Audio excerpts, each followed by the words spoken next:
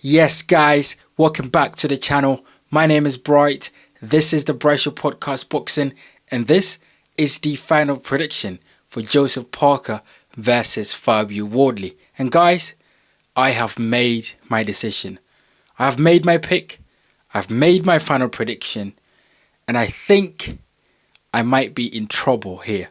I think I might regret this one. I'm going to tell you guys who I've picked and why I think I might regret this in a second. But first of all, let's talk about the weigh-in.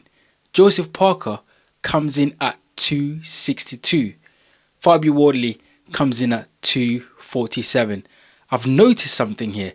I think Joseph Parker believes that the 260s is the weight that he needs to come in if he wants to get the knockout.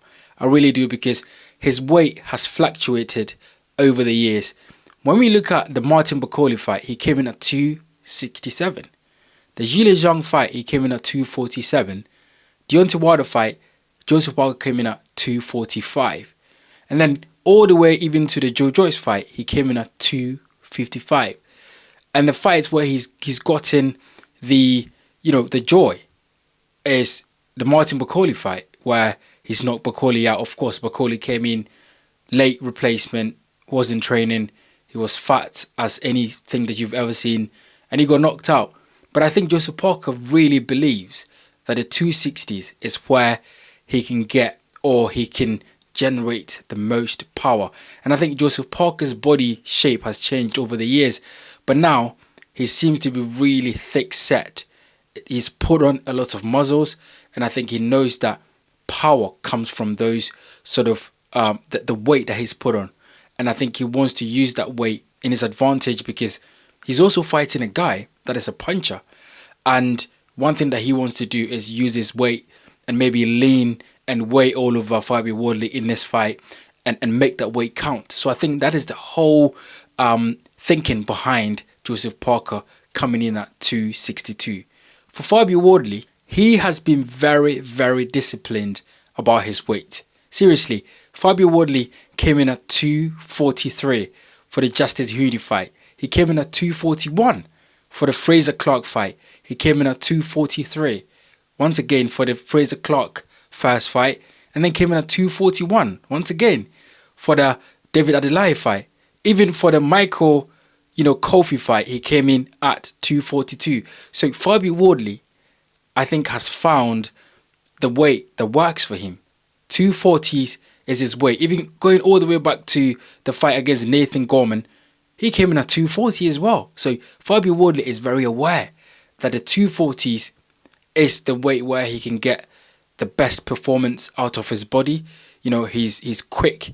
He's got quick hands. For a guy that does not have a very good amateur background, I think he's really, really fast on his feet as well. Not the best footwork, but really fast in terms of getting to the target quicker to land that shot. I think he's really good at that, and he's got fast hands for a guy, once again, that don't have the best amateur background. So Fabio Wardley, he knows what he's doing, and he's very scientific with the way he's coming to his weight, the way he's used his weight to his advantage. So I think he knows that Joseph Parker is going to be bigger than him, but I think he knows as well that the 240s is the way that he needs to come in to get the best out of himself. And I think this is going to be a fantastic fight, because both fighters are very scientific about their thinking behind the weight that they've come in. And I think this is really, really interesting. I think for Joseph Parker, he needs to get rid of Fabio Wardley as quicker as he can. He has to, because the longer you're in there with a puncher like Fabio Wardley, the riskier the fight is for you. Joseph Parker would know this. Yes, Joseph Parker is the much better boxer. He's the more experienced fighter. I think Joseph Parker is better than Fabio Wardley in every single department, apart from power. I think Fabio Wardley probably hits harder than Joseph Parker, although Joseph Parker recently has been hitting hard, but I think Fabio Wardley hits harder than him. So I think Joseph Parker needs to try and get rid of Fabio Wardley as quick as he can, because the longer he leaves this fight, the longer Fabio Wardley stays in this fight, the more dangerous it becomes for Joseph Parker. So I think Joseph Parker is going to try and set boundaries. He's going to try and take center ring. He's going to try and control the fight and make it his fight because he's the better boxer. So he knows how to get Fabio Wardley where he needs him to land the right shots. So I think Joseph Parker is going to dominate this fight. I think it's going to be a one-side sort of affair where Joseph Parker is controlling. He's outboxing Fabio Wardley. He's getting his shots in. But I can also see Fabio Wardley staying with Joseph Parker in this fight. And what I mean by that is being competitive. So although he's been outboxed, he is in there. He's landing shots. He's making Joseph Parker think. He's making Joseph Parker know that, look, I am in here, and every time you make a mistake, I'm going to make you pay.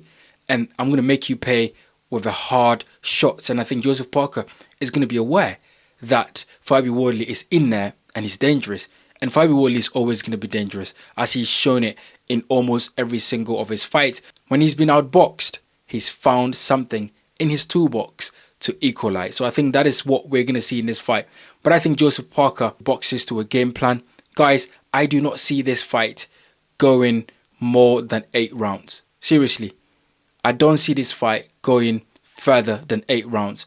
I think Joseph Parker will have success in there. I think Fabio Wardley will have his success in this fight as well, because I think he knows that he has to be competitive. He needs to let his hands go when he's in range. I think he knows that he needs to use his jab more, especially the double jab, to get, in range, to get closer to the target. Joseph Parker is a former world champion. Joseph Parker has the experience, so he would know how to nullify certain risks that Fabio Wardley will present to him.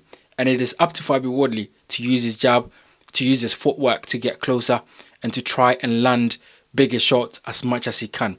And I think Fabio Wardley will know that as long as the fight goes on, he has a chance to land. I think he knows that. I think he's going to be patient, and he will know that when his opportunity comes, he's going to take it. So it is up to Joseph Parker to really get this fight done and dusted. And the sooner he can do it, the better. So guys, I think this fight ends before round 8. And I'm going for Joseph Parker stoppage between round 6 and round 8. I think Joseph Parker will stamp his authority. I think Joseph Parker will outbox Fabio Wardley. I think Joseph Parker will get Fabio Wardley where he wants him. And I think Joseph Parker will let his hands go, and he's going to get rid of Fabio Wardley between round 6 and round 8. However, I would not be surprised if Fabio Wardley gets in there and stop Joseph Parker. And this is where I think I probably will regret, because my mind has been telling me that something happens in this fight where Fabio Wardley gets a massive knockdown. But my heart is telling me that Joseph Parker really goes on and stop Fabio Wardley, because he's just the better boxer and the more experienced fighter. You guys get in the comment section and let me know what you think about this fight. What is your prediction? What chance do you give Fabio Wardley? What chance do you give Joseph Parker? Don't forget to hit the like button, subscribe. Thank you for watching, and I'll see you guys on the next one.